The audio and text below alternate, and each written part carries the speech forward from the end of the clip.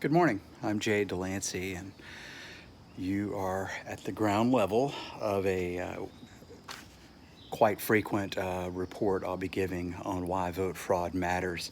Today, I'm going to give a quick critique here of something you're going to see in the news, possibly today, but it's certainly something that will be playing between now and November.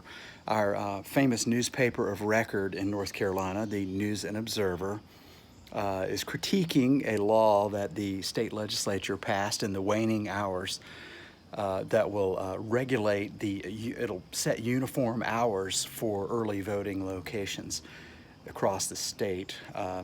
Each county can choose what their hours are going to be, but they must have all of their early voting locations sticking to the same hours. There's been a lot of confusion in the past where these, in Wake County, for example, in 2012, they were allowed up to 17 days of early voting, and the highly partisan board of elections then, it was Democrat controlled, made sure there were 5 early voting locations within a 2-mile radius of the county board of election headquarters. These are areas more frequented, more urban area that would be certainly more advantageous to Obama. And then just to add insult to injury, these were the locations that were open. Many of them were open for 17 days. And other locations that are in more Republican areas of the county, of this county of over 1 million people, they were only allowed 10 days of early voting. Now, the reports we get is that in other counties, there were some that, well, actually Guilford, the newspaper article talks about how certain more rural counties would have locations that were open for just a few hours on certain days. And it's a big deal to confuse voters, especially when you've got someone who's poor, who thinks they know when the voting is, and they go to the early voting location, maybe get a taxi or they borrow a ride or whatever, and they get there and find out the polls are closed. Oh, for this location, it's only up until 3, serving a lunchtime crowd. If you want to vote at night or in the later afternoon, you have to go over there. So Lewis's rule, the legislature's rule passed by David Lewis, was to make it uniform, where all the locations, if one's open for 12 hours, they're all open for 12 hours. And when I say one, it's the satellite location. The one at the central office is allowed to be open during regular business hours, and that's it. But if they're going to open a satellite office, it must be open for 12 hours. And if they're going to open 2, they both must be open for 12 hours. They can't play favorites and let one be open longer than the other.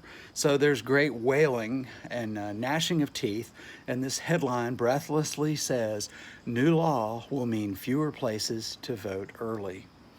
There's no correlation whatsoever between early voting and voter turnout overall. If people who want to vote will vote, and that's been proven. That's true for same-day registration. It's true for early voting. It's a truism that if people want to vote, they will. They'll find out what the rules are, and they'll figure it out and go vote. But the shifting of rules around can be gamesmanship. It can be played in a way that is designed to discourage pick your group, discourage minorities, discourage Republicans, take your pick. And I mentioned in Wake County the 5 locations that were near in the same location downtown. Meanwhile, Cary, in the original plan, Cary, North Carolina, or as Yankees say, Cary, it had 1 early voting location for all 117,000 citizens of Cary.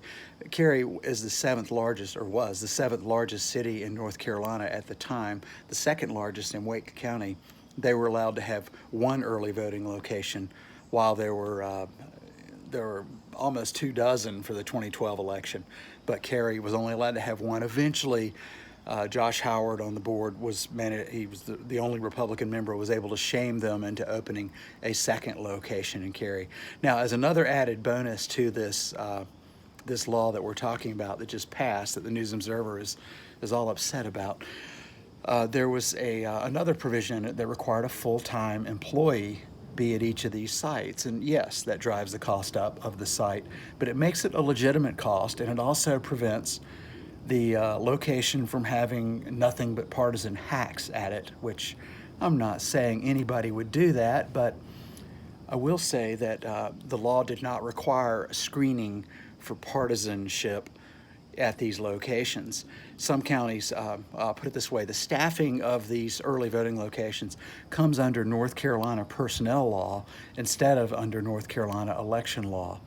Now, the staffing on election day is under election law, so there's one Republican and one Democrat in charge with a senior judge at the site to be the party of the governor. So at least the minority party gets representation. At early voting location across the state, those rules do not apply.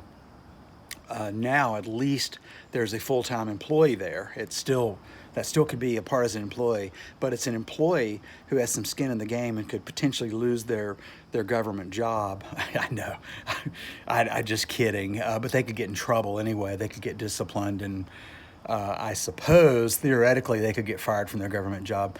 But the bottom line to it is, they have some skin in the game. So that's better than having just a bunch of people you hire off the street. And I say that, and some of you will scoff and go, oh, don't be ridiculous. They don't hire people off the street. Well, actually, they do. Granville County, this is not to slam Granville. This is a problem in all the counties. Finding staffing for these early voting locations is a problem. It's a big challenge to the Board of Elections to find enough employees willing to work those long days and long hours in a temporary job. So they've typically, some have gone to employment firms to do the job, and Granville did that, and it blew up in their face when one of the employees they hired through that temp firm, a woman named Joy Yvette Williamson, she was caught recoding election records. She was just going through in the records, and if she found someone who was disqualified for voting because they were a felon, Miss Williamson decided that it was the right thing to do to recode them so that they could vote. She was caught something like 147, maybe, I don't recall the exact number, quite a few. They hit her with 2 or 3 counts of it, and just, it didn't matter. 150 or 1. It was a violation of North Carolina law and record-keeping law. It might have been a felony, which would be a Class I felony, but I don't believe it was. I think it was a Class 1 misdemeanor. Even if it had been a Class I felony, that's the penalty, the highest penalty for fraudulently stealing an election in North Carolina. There's no jail time associated with it. It's a slap on the wrist penalty that our lawmakers from the Jim Crow era liked to have it that way, so they could just, if you commit the fraud, steal the votes, okay, and if you get caught and then you get a DA who prosecutes, okay, and then the prosecution's so low the DAs don't even bother with it. It's kind of a signal that the legislature sent to the prosecutors during the Jim Crow South to say, this is one crime we're not going to prosecute, because it was Democrats suppressing black voters, and the Democrats ran North Carolina, and that's the way they did it. And we discovered it. It's still a Class I felony, and it's still a very low-level crime, and it's very difficult to get prosecutors to do their job with regard to penalties that low.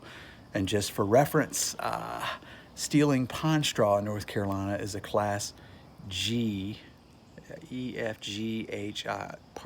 it's a Class H felony to steal pine straw, so you can go to jail for stealing pine straw. You cannot go to jail for stealing elections. But ladies and gentlemen, we're going to change that. We're the Voter Integrity Project, and we are going to change that mindset in North Carolina and in America. With your help, we can do this. But for today, I just want to close with one recurring theme, and that is this: vote fraud matters. I'm Jay Delancey. You can find me on Twitter @VoteChecker.